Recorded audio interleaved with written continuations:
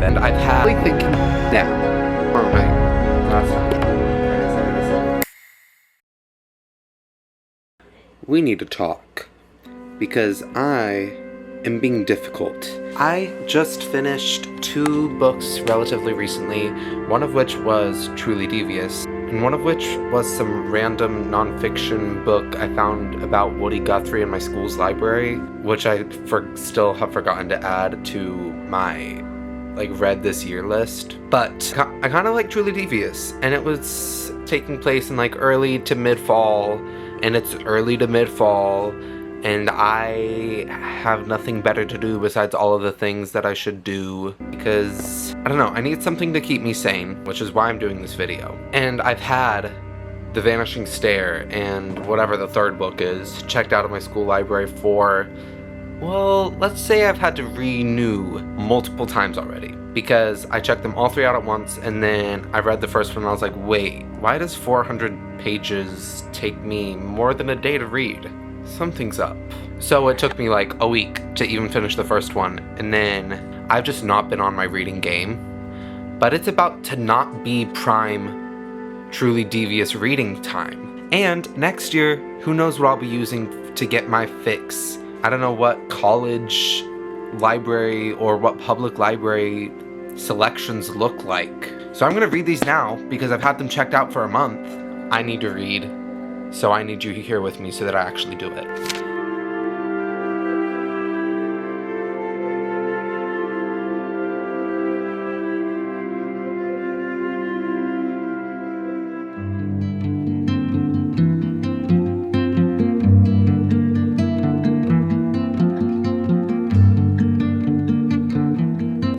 Hey, I'm at home. I read earlier at school. I didn't want to talk, so I just did the time lapse. But I just made and ate dinner. I went to the book fair earlier with my little brother, and I'm ready to lock back in. I'm at page 126, 369. I'm only 35% in, and I'm really craving a reveal. I need a reveal. I haven't got enough new information to change any of my reader theories. Basically, I'm gonna keep reading, but I want something exciting to happen. I was really thinking that I was further than I am, and I thought, oh, I'll finish it tonight. And I'm wrong again, so I will not be finishing it tonight.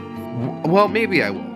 I won't. It is my goal to keep reading, though, and it is my hope that there's some sort of reveal of information that gets me excited and hooked again.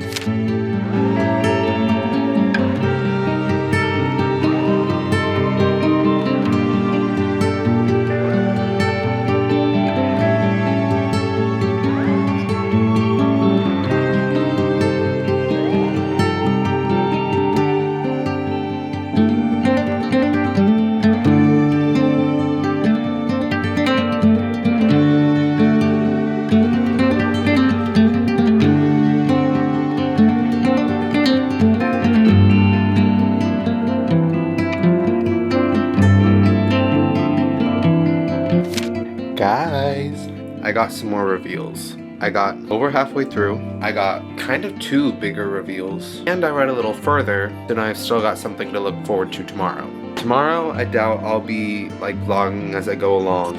You will not be catching me at school because it's Friday, which means there's a football game, which means there's just so much school memorabilia and I'm not trying to get doxxed. I'm glad we're all on the same page now. I'm gonna go to sleep. I'll see you probably tomorrow night, when I'm hopefully finishing this. It's been a long, long day. I've got 70 pages left in the book. I'm excited for some storylines to resolve. I'm excited to be in the know and actually know what's happening instead of just guessing.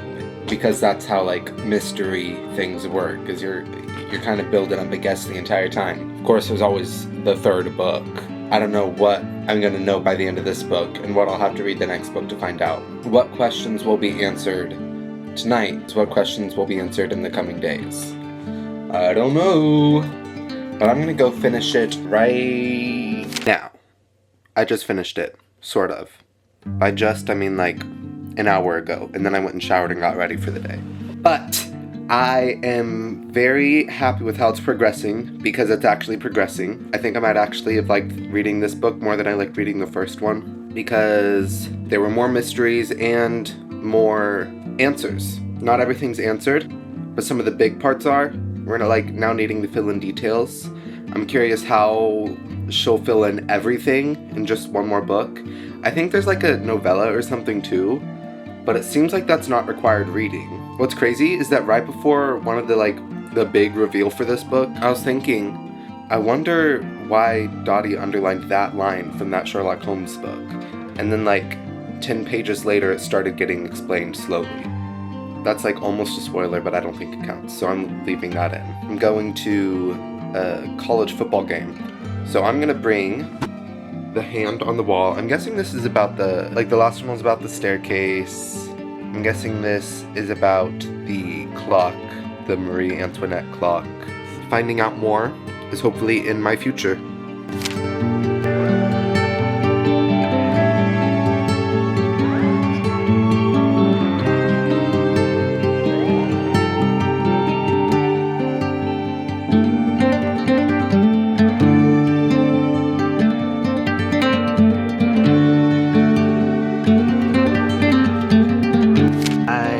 Spent the day out with my parents, and I spent the drives reading. I didn't read the entire time. I got 100-ish pages in. I did realize that this book I think is longer. I already forgot how long the last two were. Anyway, I'm enjoying the way it's moving. It's blizzard. I love snow, and I love the concept of cabin fever. It's nearly 400 pages, so I've got nearly 300 more. I'm going to lock in once again and see how much I can read tonight. I need to document that they've mentioned school-wide text multiple times, which is really funny to me. It's like a bit in my friend group that we go, I sent a message to the whole school, and I just needed to document that they've mentioned school-wide text multiple times. That's it.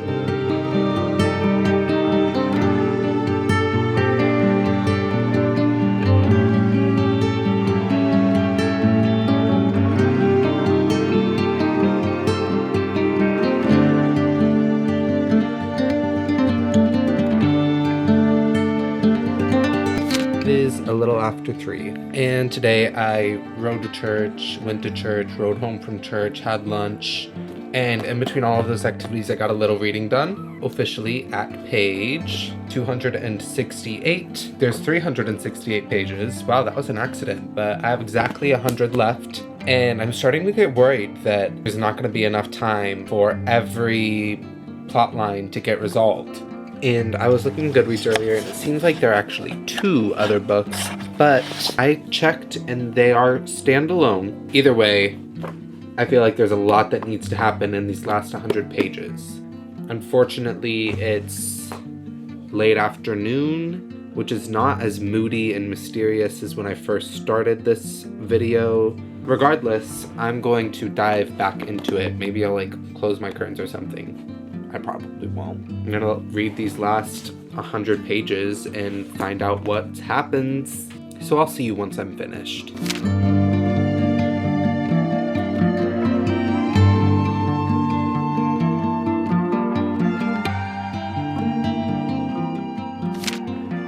It's been some time because I fully finished the book earlier, but as I was complaining about, it was the least mysterious time of day.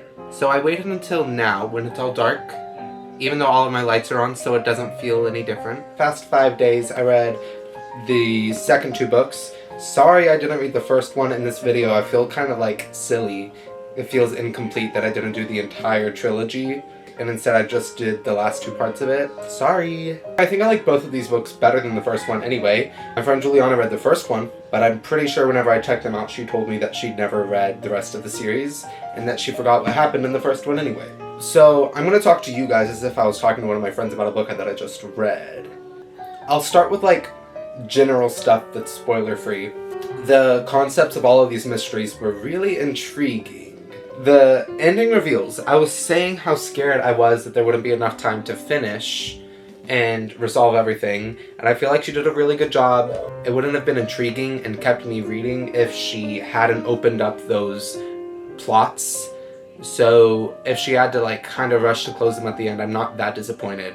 And also, I think I'm like big-headed and a little annoying about the media that I consume. I'm a bad critic, basically. I either forget to critique it at all, and I'm just like blindly, yeah, wow, that was really good, or I'm like overly critical. The setting was a huge draw to keep me reading. The gears, they were going, imagining the world that the author had built.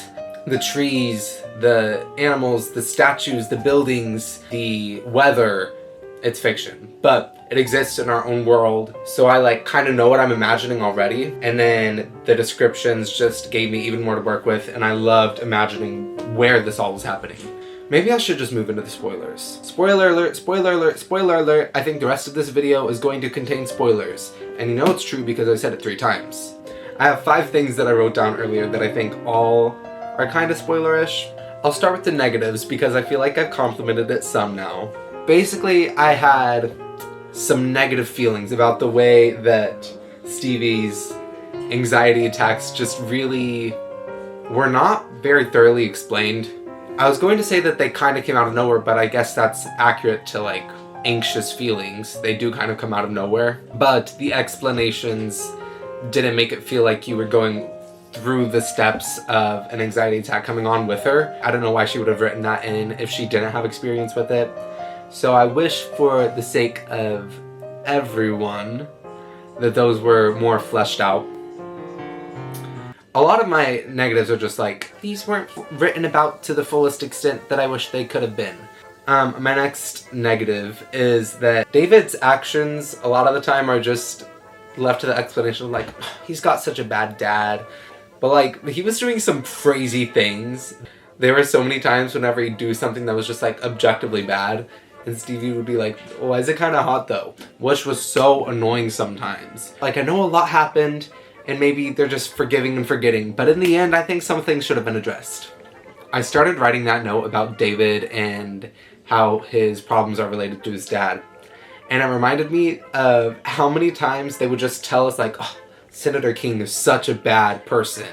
I get a few examples spread out through the entire trilogy, but other than that, it's just a lot of them saying, Senator King is a really bad guy. There was just a lot of telling of like, Senator King is such a bad guy, rather than showing all of the different ways that the characters know he's a bad guy.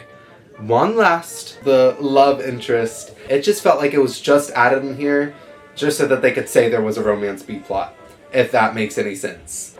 And then on top of that, there was the whole like, basically, there were just a few times when she was like, wait, do I like Hunter? It was like, Stevie found herself thinking about Hunter. And it just felt forced, just so that someone could write in a review. They were like, oh, there was a romance B-plot, to convince someone who likes romance B-plots to read it. One more thing that I found myself enjoying was the twist villain at the end. I could kind of see it coming a little bit before it happened. I like how they set it up to where there's a red herring of it being Dr. Quinn. A lot of the times, the idea behind a twist villain is you would have never seen it coming. But sometimes it's so obvious you would never see it coming that you can see it coming. And I didn't see it coming.